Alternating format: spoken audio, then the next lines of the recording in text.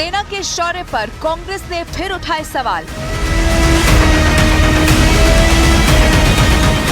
एक और कांग्रेस नेता का छलका पाकिस्तान प्रेम। सर्जिकल स्ट्राइक पर रेवंत रेड्डी का बेतुका बयान।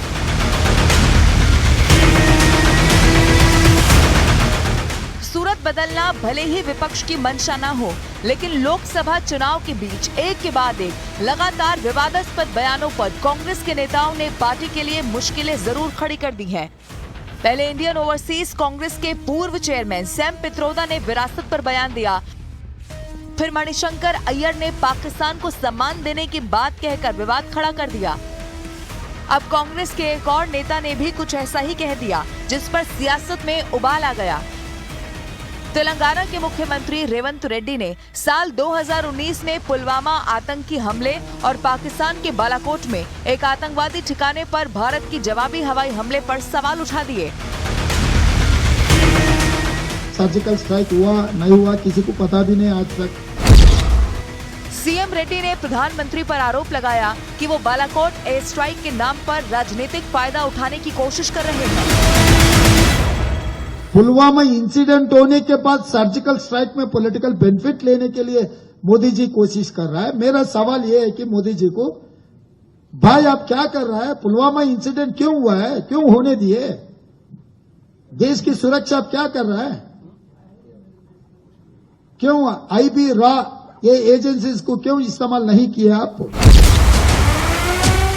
रेवंत रेड्डी के बयान को लेकर बीजेपी ने भी कांग्रेस पर आरोप लगा दिया कि उनकी सरकार के वक्त आतंकवाद पर नर्म रुख अपनाया गया।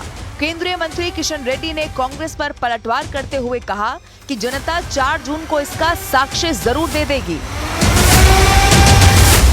अपनी वोट की राजनीति और पार्टीबाजी की राजनीति करने हेतु इस हद तक जा सकते हैं कि ये हमारी सेनाओं के मनोबल पर, उनके शौर्य पर भी प्रश्न उठाते हैं और जिन बातों पर एक साथ मिलकर के देश की एक राय होनी चाहिए वहां पर भी विवाद करने की कोशिश करते हैं। बिल्कुल रेवंत रेड्डी का गलत स्टेटमेंट है। रेवंत रेड्डी आज सर्जिकल स्ट्राइक का सबूत मांग रहे। पहले भी कांग्रेस पार्टी के लोग, राहुल गांधी जी से लेकर बड़े बड़े लोग सबूत मांगे हैं। सबूत मांगने का जो देश का जनता उनको पार्टी को हराकर सबूत क्या है, सेना क्या होती है, देश का सिक्योरिटी क्या होती है, देश के इंटीग्रेशन क्या होती है, देश का सेना कितना बलिदान देती है, वो सबक सिखाए। फिर भी रेवंत रेड्डी आज शुरू किया है। सबूत जो 4 तारीख को रिजल्ट होगा, देश के जनता कांग्रेस पार्टी को सबूत बताएंगे। रेवंत रेड्डी के बयान के बाद कांग्रेस चौतरफा घिरती हुई नजर आ रही है। हैदराबाद से बीजेपी उम्मीदवार माधवी लता ने इसे कांग्रेस की बौखलाहट करार दिया। ये मुझे ताज्जुब है, एक मुख्यमंत्री की हैसियत से वो इस प्रकार से बात कर रहे हैं। इससे पता चल जाता है हार का डर इनको इतना लग गया है कि क्या बात कर रहे हैं, क्या बोल रहे हैं, इसका संतुलन खो बैठे ये लोग। रेवंत रेड्डी के बयान के बाद बीजेपी भड़क गई और कांग्रेस पर तीखा हमला बोलते हुए इसे जवानों के शौर्य का अपमान करार दिया। असम के सीएम हेमंत बिस्वा शर्मा ने सीएम रेड्डी के बयान को बेतुका बताया। भारत के वीर सैनिकों के शौर्य का बार बार अपमान कर रही है। बार बार ये अपमान किया जा रहा है और ये दुर्भाग्यपूर्ण है। रेवंत रेड्डी को पूरे देश से और श्रीमती सोनिया गांधी को, राहुल गांधी को देश से माफी मांगनी चाहिए। सर्जिकल स्ट्राइक में सवाल उठा रहा है, लेकिन आज पाक ऑक्युपाइड कश्मीर में भारत का पताका भी होस्ट हो रहा है।